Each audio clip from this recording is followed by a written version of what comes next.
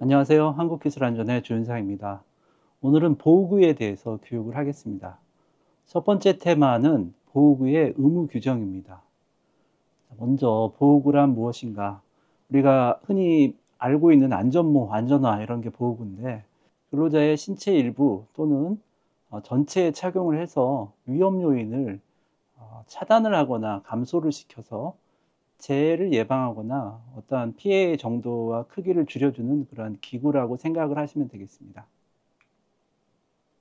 자, 이제 보호구의 의무에 대해서 정부의 의무, 사업주의 의무, 그리고 근로자의 의무에 대해서 살펴볼 텐데요. 먼저 첫 번째는 정부의 의무입니다. 정부는 보호구의 안전성 평가 및 개선이라고 되어 있는데, 법을 살펴보면 산업안전보건법 제83조 안전 인증에 대한 기준이죠.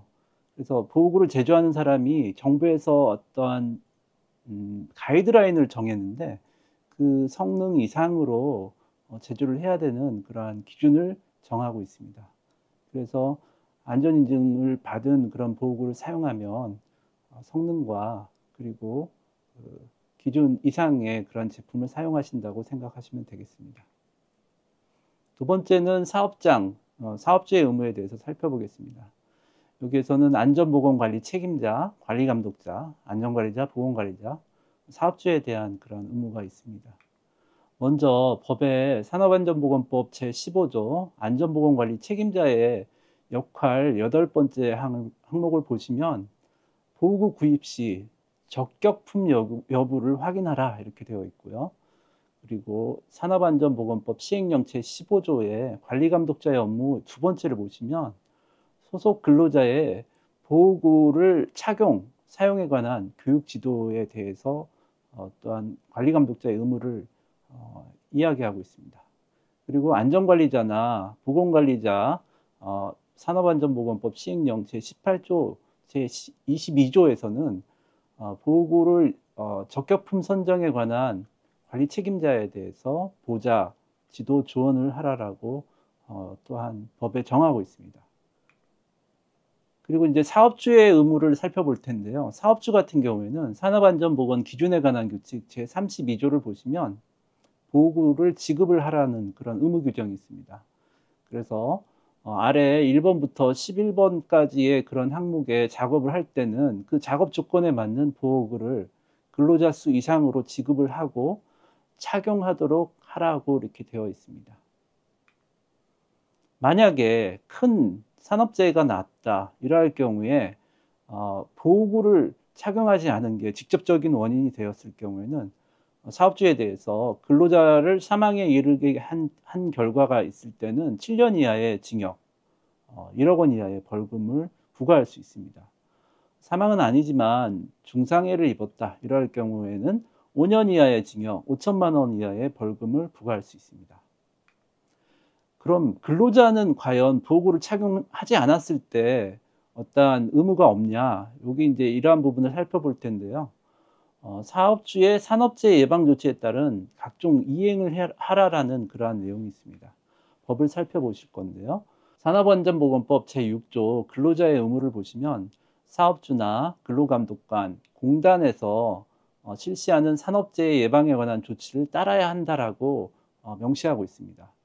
또한 과태료에 관련된 부분은 산업안전보건법 제40조 근로자의 안전조치 및 보건조치 준수에 관한 내용이 있습니다. 사업주가 한 조치로서 정하는 조치사항을 지키지 않았을 경우, 만약에 이러한 위반이 있을 경우에는 밑에 이제 과태료 부과 기준에 보시면 법 40조를 위반하였을 경우에 1차 근로자에게 5만 원, 2차 10만 원, 3차 15만 원의 과태료를 부과할 수 있고 최대 300만 원 이하의 과태료를 부과할 수 있습니다. 그래서 보호구를 착용하지 않았을 경우에 근로자에게도 이렇게 300만 원 이하의 과태료를 부과할 수 있다는 점을 확인하시면 되겠습니다. 네 번째는 보호구 선택 시 유의사항에 대해서 말씀을 드릴 건데요.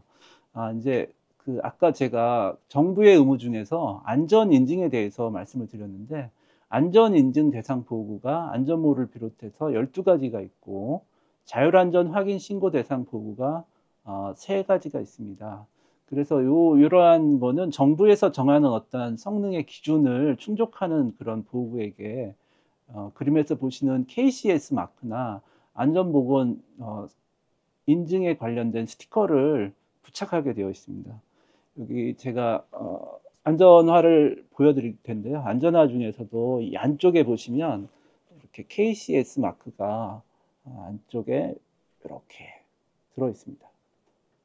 각 보호구마다 이게 붙어 있으니까 내가 사용하는 보호구가 적격품인지 확인하시기 바랍니다.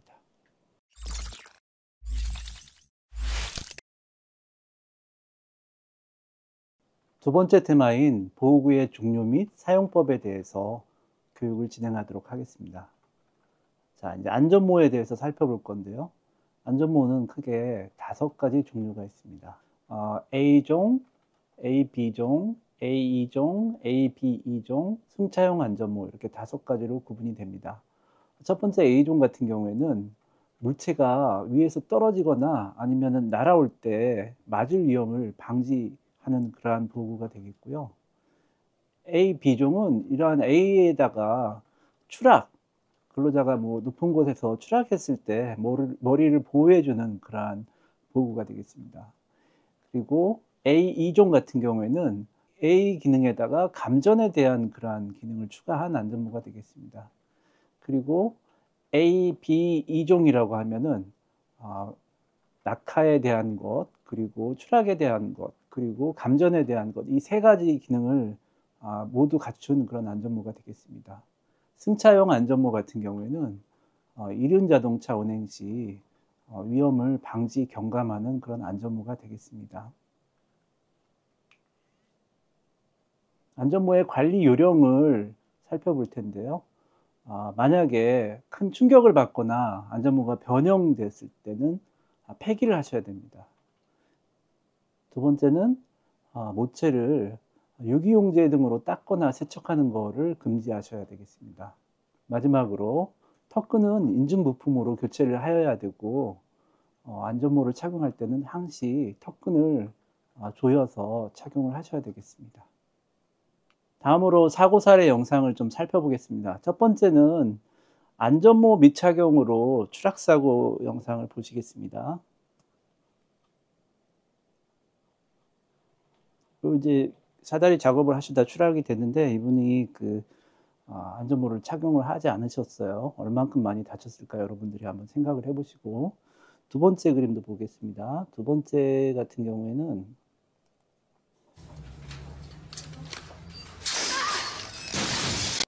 이분도 사다리 작업을 하셨는데 안전모는 없었죠. 굉장히 많이 다쳤을 거로, 아니면 사망했을지도 모릅니다. 자, 다음 사고 사례를 한번 보겠습니다. 다음은 이제 낙하하는 물체의 머리 부분을 맞는 그러한 영상이 되겠습니다. 낙하물에 의해서 머리 또는 신체 일부에 충격이 가해지는 그런 사고 사례였습니다. 다음으로 볼 그 영상은 안전모를 실험하는 그런 영상이에요. 금방 그 낙하물에 의해서 머리에 충격이 가는 걸 슬로우 모션으로 찍은 겁니다. 안전모를 안 썼을 때는 굉장히 많은 충격이 갔을 건데, 안전모를 착용을 하고 있어서 충격을 완화시키는 그러한 실험 영상이 되겠습니다. 다음은 제천에 있는 안전체험관에 저희가 직원들이 함께 방문을 해서 직접적으로 안전모를 체험한 영상입니다. 한번 보실게요.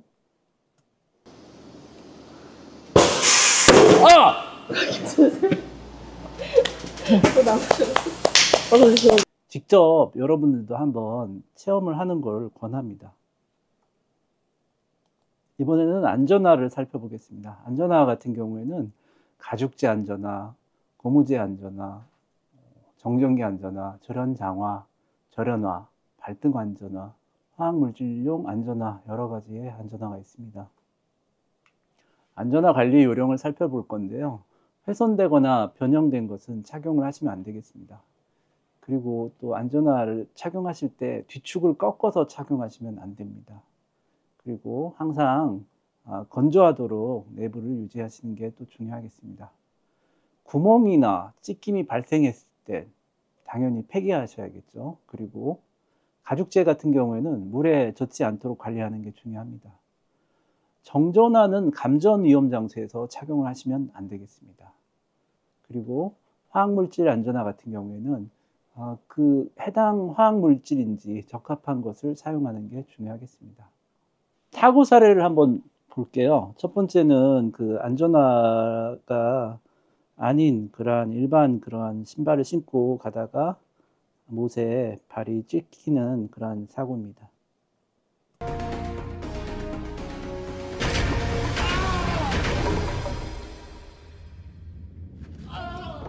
두 번째는 안전화의 그런 테스트 영상입니다. 실험하는 영상이고요. 안전화 이제 바닥을 보시면은 그 철판이 깔려 있어요. 그래서 이런 못 같은 뾰족한 물체로부터 발을 보호할 수가 있습니다. 그리고 이제 발등을 보호를 하는데 안전화에는 이렇게 그 쇠로 된 부분으로 발등을 보호하고 있습니다. 발가락이나 1톤 정도의 그러한 무게로부터 버틸 수가 있는 거고요. 영상을 보시면은 그 비닐에다가 소세지를 넣고 가짜 물감으로 피 역할을 하는 그러한 거를 안전화 절단면에 넣고 테스트를 합니다. 이제 안전화일 경우에는 이러한 부분이 보호가 되는데 일반 가죽 신발 같은 경우에는 이렇게 내용물이 파괴가 되는 그런 걸 볼 수 있습니다. 저희가 또 제천 안전체험관에 가서 직원들이 직접 안전화를 체험하는 그러한 영상을 한번 보시겠습니다.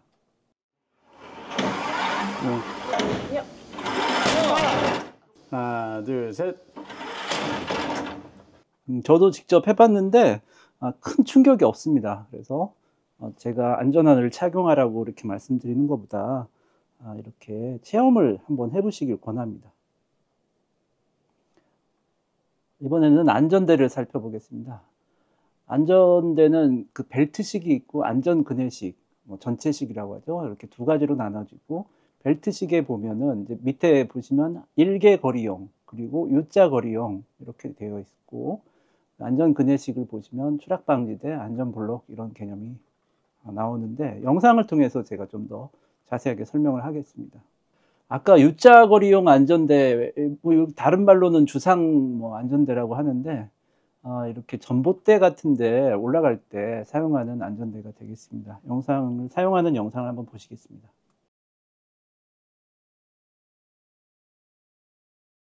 안전근해에 있어서 잼줄과 안전블록의 그런 차이를 나타내는 동영상이 있어서 이것도 한번 보시겠습니다.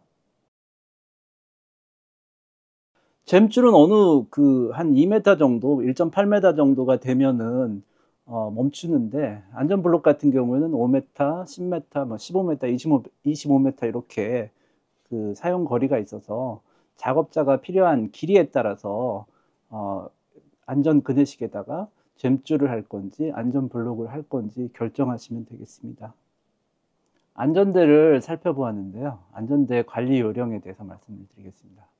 안전대 부착 설비 등이 설치가 되어 있어야 됩니다.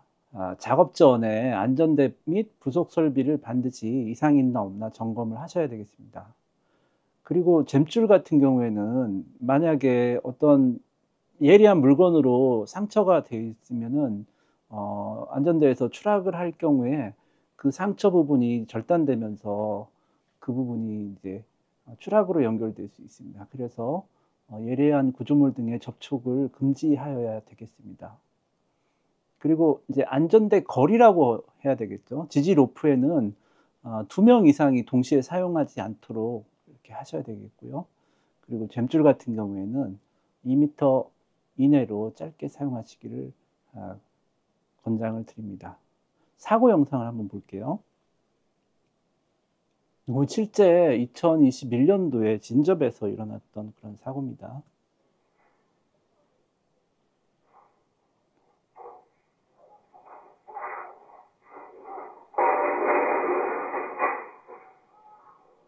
여기 이제 보시면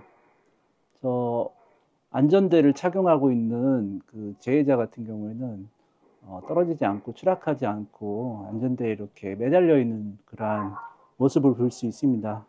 하지만 이분도 나중에 결국에는 사망까지 하셨습니다.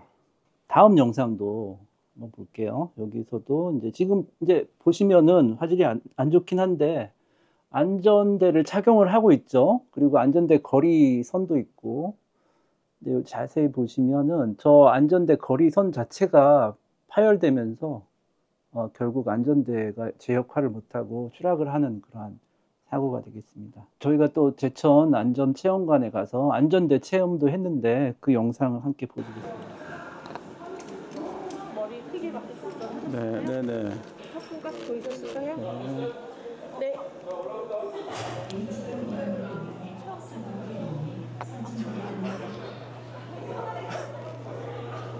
한쪽은 지금 VR로 그 TV 화면을 보시면은 약간 그 가상으로 실제 작업장의 그런 느낌이 들겠습니다.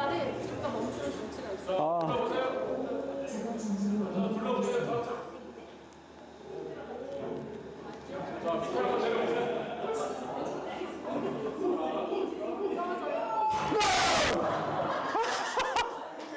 네네. 네. 이렇게 실제로 안전대를 체험을 할 수 있고요.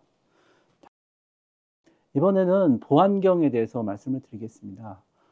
보안경의 종류를 보시면은 차광을 하는 그런 보안경과 일반 보안경 이렇게 두 가지로 나누는데, 차광 보안경 같은 경우에는 자외선, 적외선, 가시광선 이런 걸로부터 눈을 보호를 하는 거고, 이 부분은 안전 인증 대상입니다. 그리고 일반 보안경 같은 경우에는 어떤 비례되는 물질, 비산물로부터 눈을 보호하는 그러한 역할을 하고요. 이거는 안전 인증은 아니고 자율 안전 확인 대상이 되겠습니다. 보안경의 등급 및 선정 기준을 보면 차광용 보안경은 용접, 용단 작업 등에 대한 차광 번호가 선정이 되고요. 차광 번호가 숫자가 클수록 능력이 높아진다고 보시면 되겠습니다.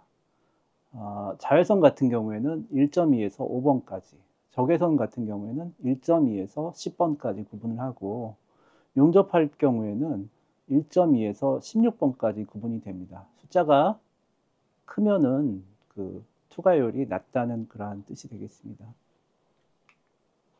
보안경을 관리하는 요령에 대해서 좀 생각을 해볼 건데요. 먼저 이제 작업에 적합한 건지 아까 세 가지 종류가 있었는데, 적외선, 뭐 자외선, 뭐 용접인지 이런 거 확인을 하셔야 되고, 또한 아까 안전 인증에 대해서 말씀을 드렸는데 인증을 받은 제품인지를 확인을 하셔야 되겠습니다. 그 다음에 렌즈에 흠이 있거나 더럽거나 깨졌거나 이럴 경우에는 교체를 하시면 되겠고요. 만약에 착용했을 때 거리감이 불량하거나 이물감이 느껴질 경우에는 또한 교체를 하시면 되겠습니다. 자, 이제 보안경을 가지고 비산에 대한 그런 사고 사례를 한번 보겠습니다.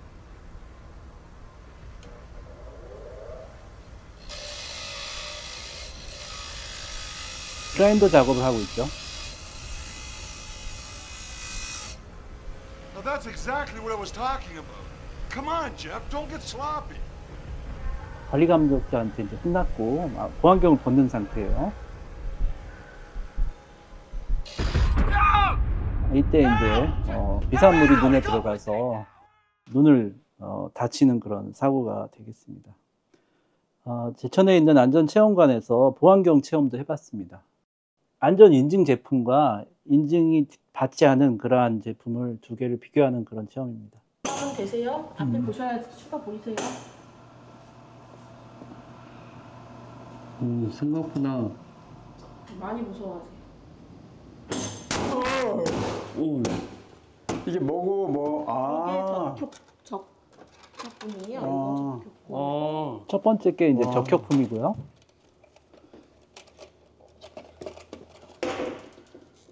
진짜. 와. 이게 바꿔. 제가 하겠습니다. 조심하세요. 이제 첫 번째 거는 비교적 상처가 없습니다. 저렇게 날카로운 물체로 맞았는데도.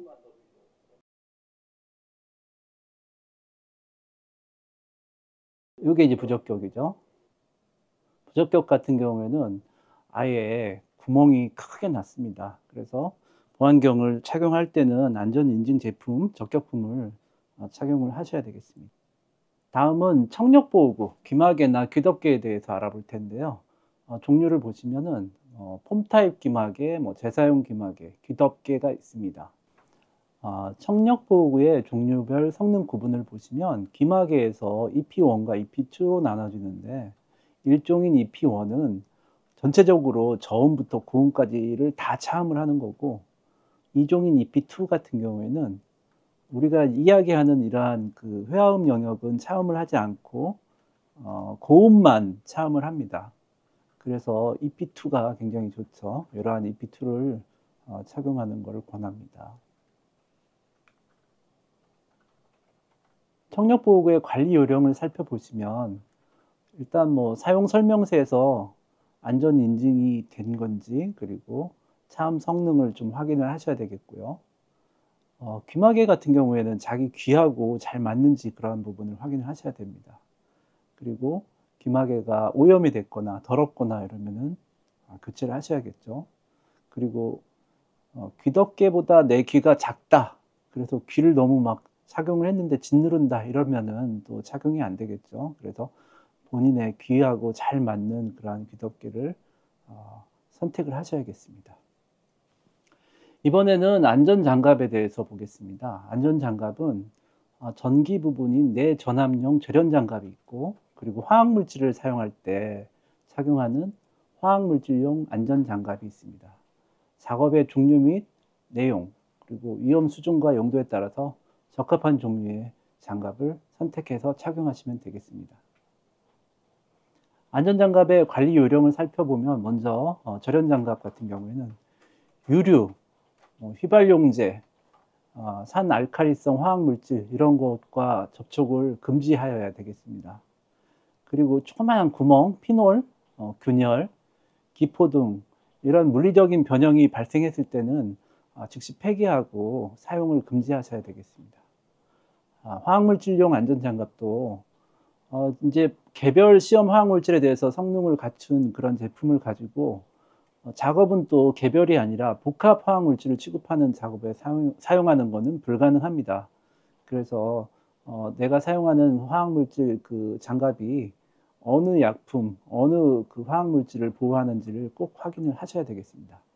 그리고 사용하시다 보면은 구멍이 난다든지 찢어진다든지 터진다든지 이럴 경우에는 사용을 중지하시고 폐기한 다음에 새로운 제품으로 교체를 하셔야 되겠습니다.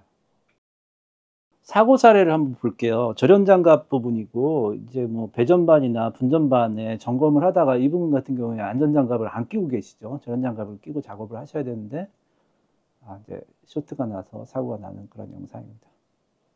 이렇게 순간적으로 감전 사고가 나면서 화재까지도 날 수 있는 그런 상황입니다.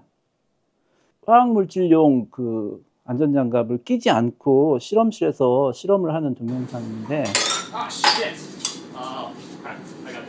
이게 만약에 굉장히 독한 그런 화학물질이라고 생각하시면 이분 같은 경우에 지금 장갑이 없죠. 저렇게 하는 것도 잘못된 거지만, 이럴 경우에 화상이나 아니면은 부식성, 이래서 피부에 손상을 입을 수 있기 때문에 이런 화학물질을 다룰 때는 이 물질에 맞는 화학물질용 안전장갑을 착용을 하셔야 되겠습니다.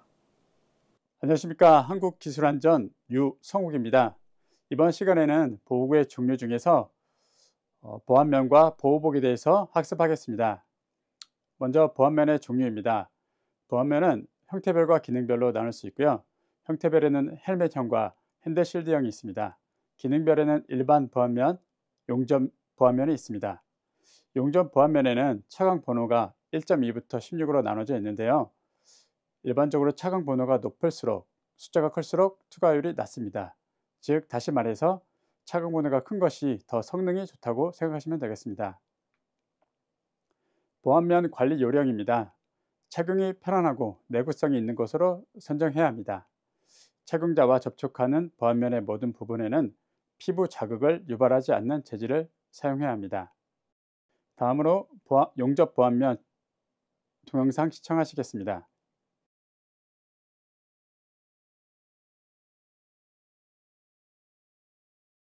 이렇게 용접 작업을 할 때에는 보안면, 방열 장갑, 앞치마 등을 반드시 착용해야 합니다.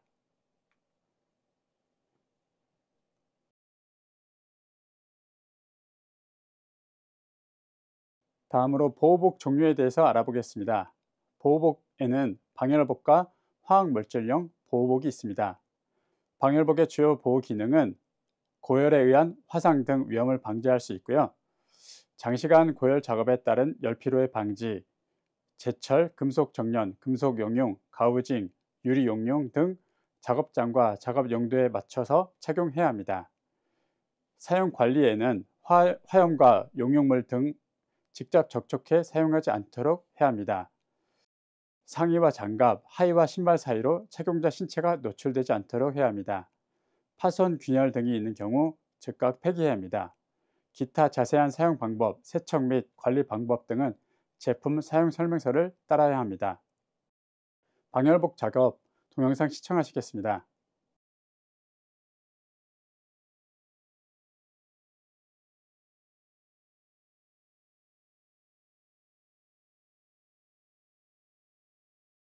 자, 이렇게 고열 작업을 할 때에는 반드시 방열복을 착용해야 합니다.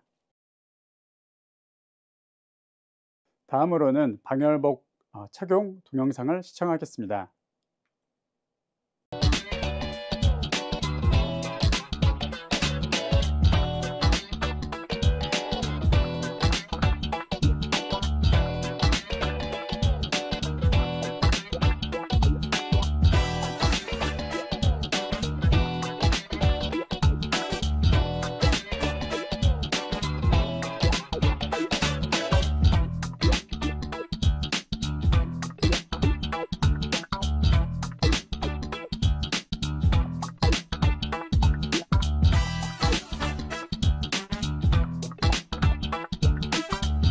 자, 여기서는 중간에 방열 장갑을 착용을 했는데요. 원래는 맨 마지막에 방열 장갑을 착용하는 것이 맞다고 생각하면 되겠습니다. 다음으로는 화학물질 보호복 착용 요구 작업입니다. 독성이 강한 농약 및 살충제 등을 살포하거나 가축의 폐기 작업 등 방역 작업을 할 때 착용을 해야 합니다. 성면이 함유된 제품의 제조 또는 철거 작업 등에 착용을 해야 합니다. 제약회사, 식품 가공, 반도체 생산 등 청정 실내 작업에 착용을 해야 합니다. 독성 또는 부식성 물질 취급 및 제거, 세척, 정화 작업, 유해물질 긴급 처리 작업에 착용을 해야 합니다. 페인트 작업, 스프레이 코팅 등 도장 스프레이 작업에 착용을 해야 합니다. 미생물 감염 방지와 땀, 책 등 인체 오염원에 의한 식품의 손상을 방지하기 위한 식품 가공 작업 등에 착용을 해야 합니다. 다음으로는 화학물질 보호복 관리 요령입니다. 안전 인증 제품을 사용해야 합니다. 노출 시간, 작업 환경 등을 고려해 적절한 성능을 가진 것을 사용해야 합니다. 보호복에 표시된 화학물질 보호 성능 표시, 제품 사용 설명을 확인해야 합니다. 사용 물질, 작업 내용에 적합한 것을 사용해야 합니다. 보관, 사용 및 세척상의 주의사항은 제조사의 사용 설명서를 참고해야 합니다. 사용 전 구멍이나 찢어진 부분이 있으면 즉각 폐기할 것을 권합니다. 사고 사례 영상 시청하시겠습니다. 사고가 난 연구실은 지난 2월 퇴직한 교수가 사용하던 곳으로 시약 폐기 작업이 이루어지고 있었습니다. 현장에 있던 교수는 염산과 황산, 질산과 과산화수소를 폐약통 안에 넣는 과정에서 퍽소리가 났다고 금강유해환경청에 말했습니다. 폐약통은 아래쪽이 깨진 상태였으며 누출된 양은 2리터 정도로 조사됐습니다. 이와 같이 연구실에서 폐시약을 운반하던 중에 사고가 일어났는데요. 위해 위험 물질들을 취급할 때는 반드시 보호복을 착용해야 합니다. 안녕하세요. 보호구의 마스크에 대해서 교육을 맡게 된 이청훈입니다. 마스크에는 세 종류가 있는데요. 방진 마스크, 방독 마스크, 송기 마스크로 나뉘어져 있습니다. 방진 마스크는 우리가 흡입하는 공기 중에 입자상에서 분진이나 흉, 미스트 등 유해물질을 막아주기 위해서 착용하는 호흡 보호구고요. 방독 마스크는 우리가 흡입하는 공기 중에 가스, 증기상으로 유해물질을 막아주기 위해 착용하는 호흡보호구입니다. 송기 마스크는 작업장이 아닌 장소의 공기, 신선한 공기를 호스 등을 통해서 작업자에게 공급해서 흡입할 수 있도록 만들어진 호흡보호구입니다. 방진 마스크의 주요 기능은 분진 등의 입자상 물질을 걸러내서 우리 호흡기를 보호해 주는 데 있고요. 우리가 채광, 그리고 분쇄, 광물의 재단, 조각, 연마, 성면 취급, 용접 작업 등에서 사용을 하게 됩니다. 종류로서는 안면부 전체를 덮는 전면형이 있고요. 안면부에서 눈이 아닌 코와 입만을 막는 반면형이 있습니다. 등급으로 보면 특급과 1급, 2급으로 나눠져 있는데요. 특급은 포집 효율이 99.95%를 가지고 있고요. 1급은 94%, 2급은 80%를 가지고 있습니다. 누설률은 5% 이하, 그리고 11% 이하, 25% 이하로 특급, 1급, 2급 이렇게 나눠져 있고요. 이 기준은 안면부 여과식을 기준으로 한 것이고요. 만약에 분리식으로 갔을 때는 전면형이 0.05%, 반면형이 5% 이하를 기능을 가지고 있습니다. 이 등급별 사용 장소는 특급은 베릴륨 등과 같이 매우 독성이 강한 물질이 함유한 분진 등이 발생하는 장소거나 그리고 성면을 취급하는 장소에서 특급을 착용하셔야 되겠습니다.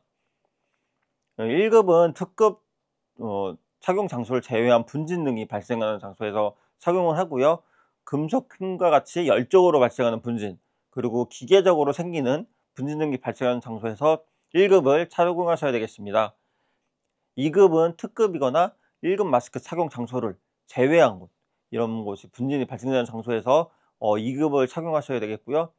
배기배부가 없는 안면부 여과식 마스크는 특급 및 1급 장소에서 사용하시면 안 되겠습니다. 방진 마스크는 상소 농도가 18% 이상인 곳에서만 착용을 하셔야지 되겠습니다. 특급에서 사용되는 베릴륨에 대해서 좀 말씀드리고자 합니다. 저도 안전일을 하면서 직접적으로 베릴륨에 대해서 접해본 적도 없고 사용하는 작업장도 좀 보기가 드물어서 추가를 좀 해봤습니다. 베릴륨이라는 것은 단맛이 난다고 합니다. 그리고 매우 비싼 자재로서요. 약 킬로그램당 850달러 이상을 하고 있고요. 또 합금으로 구리나 철, 그리고 금과 같이 합금으로 만들 시에는 항공우주 산업이나 비행기 엔진 등과 같은 곳에 들어가고 있고요. 그리고 스피커의 진동판, 그리고 레코드, LP 레코드의 바늘에 사용되고요.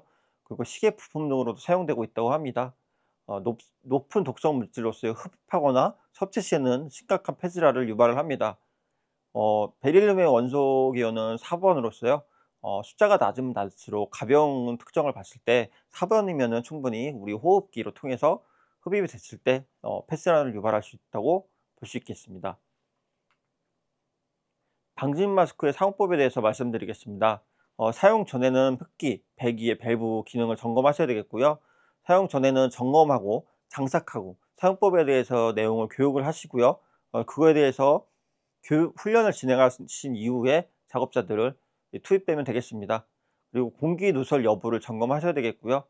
필터를 수시적으로 확인해서 습하거나 물이 좀 묻어서 필터의 기능을 제대로 활용하지 못하고 숨을 쉬는 거에 대해서 저항이 좀 커지게 된다면 교체를 하셔야 되겠습니다. 그리고 사용 후에는 흡기, 배기, 밸브, 청결을 유지하셔서 지속적으로 관리를 해주셔야 되겠습니다. 방진 마스크 관리 요령은 면체, 얼굴에 닿는 부분, 이 부분을 중성 면체라고 하고요. 중성 자세로 흐르는 물에 씻고요. 그늘에 말려야 되겠습니다. 면체는 기름이나 유기용제에 대해서 노출되면은 기능을 상실하기 때문에 이것에 대한 노출을 좀 금해 주시고요. 그리고 직사광선을 피하시는 게 좋겠습니다. 그 면체 저반부에 손수건 등을 덧대서 사용하신 분들이 계신데 만약에 방진 마스크가 여러 명을 사용하게 된다면은 위생으로 인해서 이 면체가 닿는 부분 쪽에 손수건 등을 넣어서 포집률을 떨어뜨리게 하는 행동을 하실 수도 있는데, 이 경우는 이 유해물질을 걸러주는 기능이 매우 떨어지기 때문에 위험한 방법일 수 있기 때문에 이 손수건 같은 것을 덧대서 사용하지 않는 게 좋겠습니다. 그리고 부품을 교환하거나 마스크 폐기를 진행하는 상황은 여과제의 뒷면, 그러니까 필터의 색이 변하거나 호흡을 할 때 우리가 이상한 냄새가 조금 더 그 전보다 난다거나 할 때, 그리고 흡입, 그러니까 우리가 호흡을 할 때 이런 힘이 좀 강해져서 호흡이 어려워진다거나 분진에 대한 포집트 효율이 떨어진다는 것을 느꼈을 때는 마스크의 팩이나 부품을 교환하셔야 되겠습니다. 그리고 면체나 흡배기 배기물 등의 파손이나 변형이 외형적으로 발견이 됐을 때 마스크를 폐기하시고 새로운 상품으로 변경하셔서 착용하시고 작업을 하셔야 되겠습니다. 그리고 방진 마스크를 사용하는 대표적인 작업 중에 특급 작업 중에 성면을 시급할 때 쓰게 되는데요. 성면에 대한 위험성을 좀 공유를 드리고 싶어서 또 자료를 준비를 했습니다. 이 성면이라는 것은 1990년대까지 건축 자재로서 매우 좋은 자재로 사용을 했었고요. 성면에서의 석은 돌석자를 쓰고요. 면은 솜자, 면자를 써서 일반적으로 한글로 부르자면 돌솜이라고 부르고 있습니다. 이 성면은 자연적으로도 발생이 되고요. 자연적으로 발생이 되면 돌 겉면에 수염과 같이 하얀색의 물질이 붙어 있는데 그게 성면입니다. 이 성면의 특징은 한 가닥 굵기가 우리 사람의 머리카락의 5천분의 1만큼 매우 가늘고요. 튼튼합니다. 400도 이상의 고온 정도도 견디고요. 닳거나 썩지도 않고 산과 알칼리에 대한 저항을 가지고 있어서 예전에 우리가 성면의 위험성을 몰랐을 때는 성면을 매우 좋은 건축 자재로서 사용을 했었는데요. 이 성면을 오른쪽 사진과 같이 이게 확대를 하게 되면은 매우 가늘고 바늘과 같은 모양을 하고 있는 걸 알 수 있습니다. 이 성면은 호흡기를 들어왔을 때 머리카락의 5천분의 1 크기인 만큼 폐 깊숙한 곳에 들어와서요. 이 침투해서 염증을 계속적으로 일으키고요. 한번 호흡기나 기도로 들어왔을 때는 바늘 형식과 같이 돼 있어서 영구적으로 빠져나가지 않게 됩니다. 그로 인해서 성면의 특징으로 보면은 말씀드린 대로 썩거나 닳지도 않기 때문에 신체 안쪽에서는 계속 영구적으로 남게 되겠고요. 그로 인해서 폐기능에 장애가 일으키게 되고요. 그리고 만성기관지염, 그리고 폐기능 합병증을 통해서 결국에는 악성 종피종이나 성면폐, 이게 성면이 딱딱해지는 걸 성면폐라고 부르고요. 그 폐암 등으로 인해서 결국에는 사망에 이르게 되는 매우 위험한 발암물질로서 현재는 많은 국가들이 성면을 제작을 금지를 하고 있습니다. 그리고 방독 마스크에 대해서 설명드리겠는데요. 주요 기능은 유기용제, 성과 알칼리성 화학물질의 가스와 증기 독성으로부터 호흡기 보호 및 이 사람의 중독에 방지를 하기 위해서 방독 마스크를 착용을 하고요. 그리고 석유 화학 산업이나 도장 작업, 이 페인트를 뿌리는 도장 작업이나 성과 알칼리를 사용한 세척 작업, 그리고 발파 작업 등 다양한 작업에서 사용을 하고 있습니다. 종류는 그림과 같이 직결식, 경계식으로 나뉘어져 있습니다. 방독 마스크의 등급은 고농도가 있고 중농도, 그리고 최저농도 및 최저농도 이렇게 세 가지로 나뉘어져 있습니다.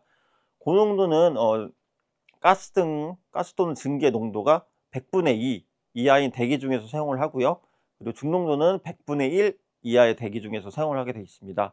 그리고 저농도 및 최저농도는 100분의 1 이하의 대기 중에서 사용하는 것으로 긴급용으로 사용하지 않은 것을 저농도 및 최저농도를 사용하고요. 방독 마스크도 방진 마스크와 같이 상소 농도가 18% 이상인 장소에서 사용을 해야 되겠습니다. 방독 마스크의 사용 방법과 관리 요령은 작업 내용과 그리고 화학물질에 적합한 것을 사용해야 되겠습니다.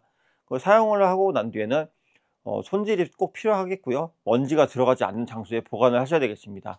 그리고 사용을 한 부분은 사용 시간을 꼭 기록 카드에 입력을 하셔야겠습니다. 왜냐하면 이 기록 카드가 있어야 우리가 사용한 것에 대한 화학물질이나 방독 할 수 있는 파가 시간이라고 합니다. 이 파가 시간이 근접했을 때에는 폐기를 하셔야 되는데 기록 카드가 제대로 측정되지 않고 기록이 되지 않은 상황에서 지속적으로 방독 마스크를 사용하게 되면 분명히 기능이 떨어지게 되겠죠. 그로 인해서 재해가 발생될 수 있기 때문에 기록 카드는 확실히 써주셔야 되겠습니다. 그리고 정화통은 사용을 하고 서늘한 곳에 통풍이 되지 않는 밀폐된 보관에 주머니에 넣어서 보관을 해주셔야 되겠고요. 필터를 수시적으로 확인해서 만약에 좀 습해졌을 때 기능이 떨어지게 되겠죠. 필터의 기능이. 그리고 심을 쓰는 것에 대해서 저항이 커진다면 필터를 교체를 하시는 게 좋겠습니다. 그리고 사용 후에는 흡기, 배기, 밸브에 대해서 청결을 유지하시는 게 관리할 수 있는 요령이 되겠습니다. 손기 마스크에 대해서 말씀드리겠습니다. 손기 마스크는 상소 농도가 18% 미만일 때, 그리고 유해 물질이 공기 중 농도가 2%, 이상인 등의 이때 착용을 하시게 되겠고요. 방진이나 방독은 성소 농도가 18% 이상인 곳에만 사용하는 이유가 방진이나 방독은 우리 몸을 보호하는 기능이 있지 산소를 공급해 주는 역할은 없습니다. 그렇기 때문에 그 역할은 송기 마스크가 하고 있고요. 그래서 산소 농도가 낮은 곳에서 밀폐 공간에서 사용하는 것을 송기 마스크라고 할 수 있고요. 그 유해물질 농도가 2% 이상인 곳, 우리가 숨쉬기에 매우 위험하고 유해물질이 있는 곳에서는 송기 마스크를 착용해야 합니다. 밀폐 공간에서 작업함으로 인해서 질식제로 인해서 사람이 쓰러지거나 사고가 발생했을 때 그 사람을 구조하기 위해서 송기 마스크를 사용을 합니다. 정화통이 미개발된 물질을 취급하거나 독성 오염물질에 대한 노출에 우려가 있을 시에는 송기 마스크를 착용을 하고 작업을 진행하게 되겠습니다. 송기 마스크의 종류와 등급은 종류는 호스 마스크, 에어라인 마스크, 복합식 마스크로 되어 있고요. 등급은 폐력 흡입형, 그리고 송풍기형, 일정 유량형, 디맨드, 압력 디맨드형 이렇게 나눠져 있습니다. 호스 마스크는 폐력 흡입형이 있는데요. 호스의 끝을 신선한 공기가 있는 곳에 고정시키고 호스에서 안면부를 통해서 작업자의 폐력 그리고 호흡의 힘으로써 공기를 흡입해서 사람이 하는 이 흡입으로 힘으로 공기가 들어오고 나가는 구조로 되어 있습니다. 그 호스는 그래서 인지름 19mm 이상이어야 되고요.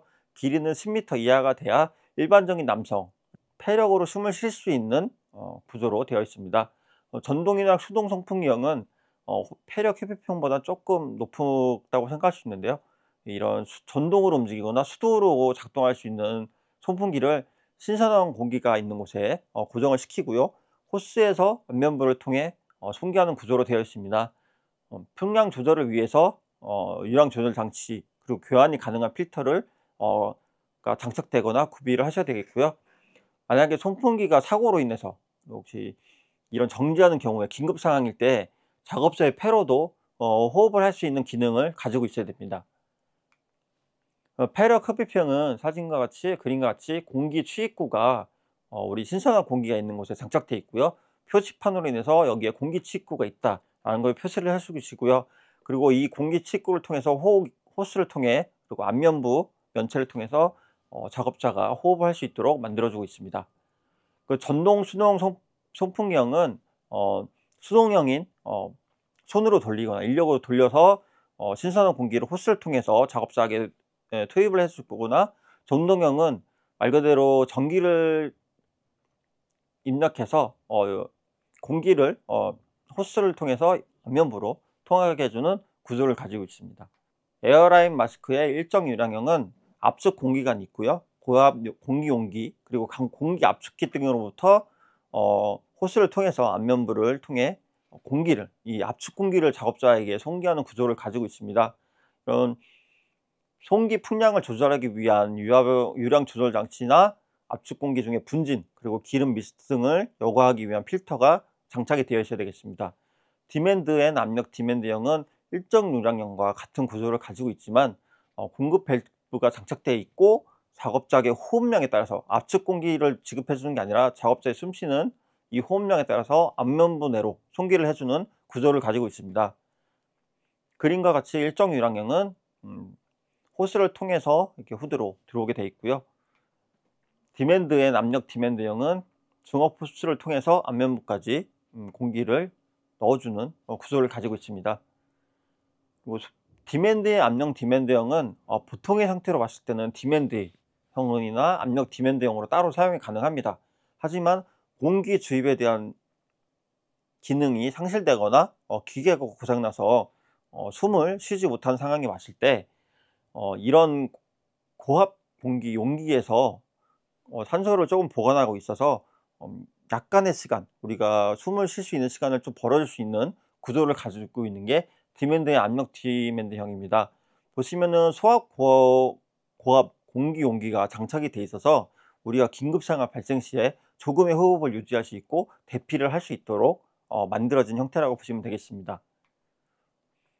송기 마스크를 사용하는 작업들은 산소가 아까 말씀드린 것 같이 18% 미만 이렇게 돼서 결핍되거나 상수의 농도를 우리가 측정이 안 되는 곳에서 사용을 하셔야 되겠고요. 그리고 고농도의 분진으로 인해서 공기 중에 2% 이상의 유해물질이 있을 때, 그리고 유해물질의 증기나 가스가 많이 발생되는 장소에서 사용하셔야 되겠고요. 그리고 강도가 높고 장시간 해야 되는 작업에서는 그러니까 송기 마스크를 사용해서 지속적으로 공기를 투입을 하셔서 작업을 하셔야 되겠습니다. 그리고 유해물질의 종류나 농도를 우리가 알 수 없다, 이런 장소에서도 송기 마스크를 사용하셔야 되겠고요. 방독 마스크 착용이 부적절한 장소에서는 송기 마스크를 최우선적으로 끼는 게 좋겠습니다. 전동식 호흡 보호구는 주요 기능은 고농도의 분진이나 유해물질이 있는 장소에서 우리가 작업의 시간과 강도 등으로 인한 호흡 부담 요인을 좀 줄여서 작업자의 원활한 호흡을 가능하게 도움을 주기 위한 기능이 있고요. 종류로는 전동식 방진 마스크, 전동식 방독 마스크, 전동식 후드 및 전동식 보안면, 이렇게 나눠져 있고요. 전동식이 붙었다는 것은 전동장치가 생겼다는 것이겠죠. 그래서 여과제에 전동장치를 부착해서 사용이 되었습니다. 기본적으로는 방진 마스크나 방독 마스크 구조에 전동장치가 부착되어 있다고 생각하시면 되겠습니다. 그리고 등급은 특급과 1급, 2급이 나눠져 있는데요. 특급은 방진 마스크와 동일합니다. 베릴륨 등과 같이 독성이 강한 물질이 하면 분진 등이 발생한 장소, 그리고 성면 취급 장소에서 특급을 사용하고요. 1급은 특급 착용 장치를 제외한 분진 등이 발생한 장소입니다. 그리고 금속 흉이나 기계적으로 발생하는 분진 등이 발생하는 장소에서 1급을 착용하고요. 2급은 특급이나 1급 마스크 착용 장소를 제외한 곳에서 착용을 하시고 작업을 진행하면 되겠습니다.